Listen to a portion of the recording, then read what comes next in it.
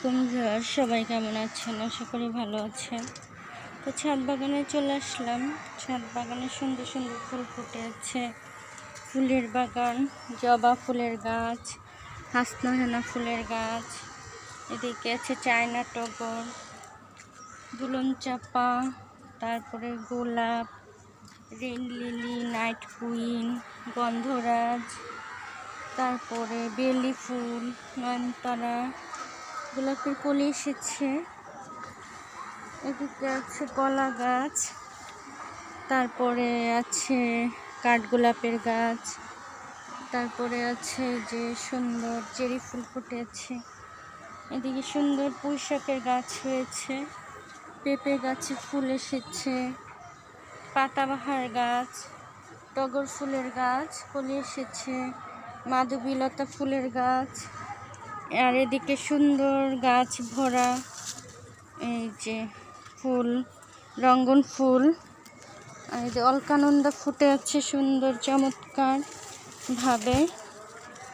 তো ফুলগুলো কিন্তু খুবই ভালো লাগে। এদিকে গোলাপ ফুটে আছে, পুঁই শাক গাছ, আলু শাকের গাছ, মরিচ গাছ। তো ছাদ বাগানে আসলে একটু একটু কাজ থাকে। এদিকে আলু শাকগুলো সুন্দর বেয়ে উঠেছে। তো নিচে একটা বেয়েছে, এটাকে উপরের দিকে তুলে দেই, গাছটা বেয়ে যাবে সুন্দর। ছাদ বাগানে আসলে পোকামাকড় থাকে বৃষ্টির দিন। একটা লাল আখ হয়েছে বড়। এদিকে আমার আনারসের গাছ, ড্রাগন, তারপরে আদা গাছ। তো এদিকে আছে মিষ্টি কামরাঙ্গা গাছ, তেঁতুল গাছ। বৃষ্টির মধ্যে কাজও করা যায় না, পোকামাকড়ও থাকে। বেগুন গাছ, সবজি গাছ বড় হচ্ছে। এটা পোলাও পাতার গাছ, মানে গাছপালা ধরতেও ভয় লাগে বৃষ্টির দিনে, পোকামাকড় থাকে গাছে, সেজন্য। তো এদিকে আলু শাক হচ্ছে সুন্দর, ভিতরে পুঁই শাক হয়েছে, কচু শাক হয়েছে। তো এদিকে পুঁই শাক গাছটা সুন্দর বেড়ে উঠেছে, পাতাগুলো সুন্দর হয়েছে। আছে মালবেরি, তারপরে আতা ফল, ডালিম গাছ। ডালিম গাছটা অনেক ডালিম এসেছে, দূর থেকে দেখা যায়। তো এই দিকে আছে বড়ই গাছ, এদিকে আছে গাঁদা ফুলের গাছ, চারা গাছ, দুন্দুল, তারপরে হচ্ছে ঝিঙে গাছ লাগিয়েছি, ডালিম, নানা রকমের গাছ। এদিকে আছে বরবটি, তারপরে চিচিঙ্গা, শসা গাছ তো একটাও হয়নি এবার, অনেক বীজ লাগিয়েছিলাম। তো এদিকে আছে নানা রকম গাছ। বাগানটাকে সাজিয়ে তুলতে হবে, সময় নিয়ে লোক দিয়ে সাজাতে হবে। এখন নিজে নিজে কাজ করা যায় না। তারপরে বর্ষাকাল, পোকামাকড় থাকে, ভয়ে ছাদ বাগানে খুব একটা আসা যায় না। তো পোকামাকড় দূর করার জন্য মেডিসিন দিতে হয়।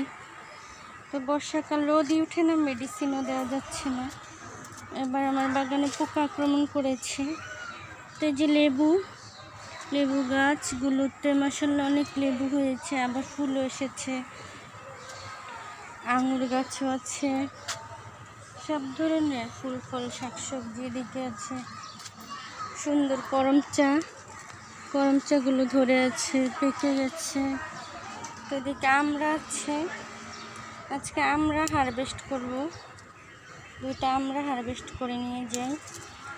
মানে আমার কাছে ফল পাড়ার চেয়ে গাছে ঝুলে থাকতে দেখতেই বেশি ভালো লাগে। তো ওইদিকেও শাকসবজি আছে, বেগুন গাছ আছে, এদিকে একটা কাঁঠাল গাছ হয়েছে, চারা গাছ, আর এদিকে হচ্ছে পেয়ারা গাছ, মাধবী পেয়ারা, এগুলো ভেতরে লাল হয়। মেহেদি পাতার গাছ, তারপর লাল জামরুলের গাছ। জামরুল গাছটা ফল আসে না 2 বছর ধরে। আর এটা হচ্ছে আতা গাছ। এদিকেও আছে অনেক ধরনের শাকসবজি গাছ হচ্ছে, চারা লাগিয়েছিলাম। আর এদিকে হচ্ছে সজনে পাতা, বড়ই গাছ, তারপরে আছে সফেদা গাছ। তো এদিকে আমার কবুতরগুলো ডিম নিয়ে বসেছে, খাবার খেতে দিয়েছি এগুলোকে। অনেক গাছ লাগিয়েছিলাম বাগানে, গাছ অনেকগুলো মরে গেছে।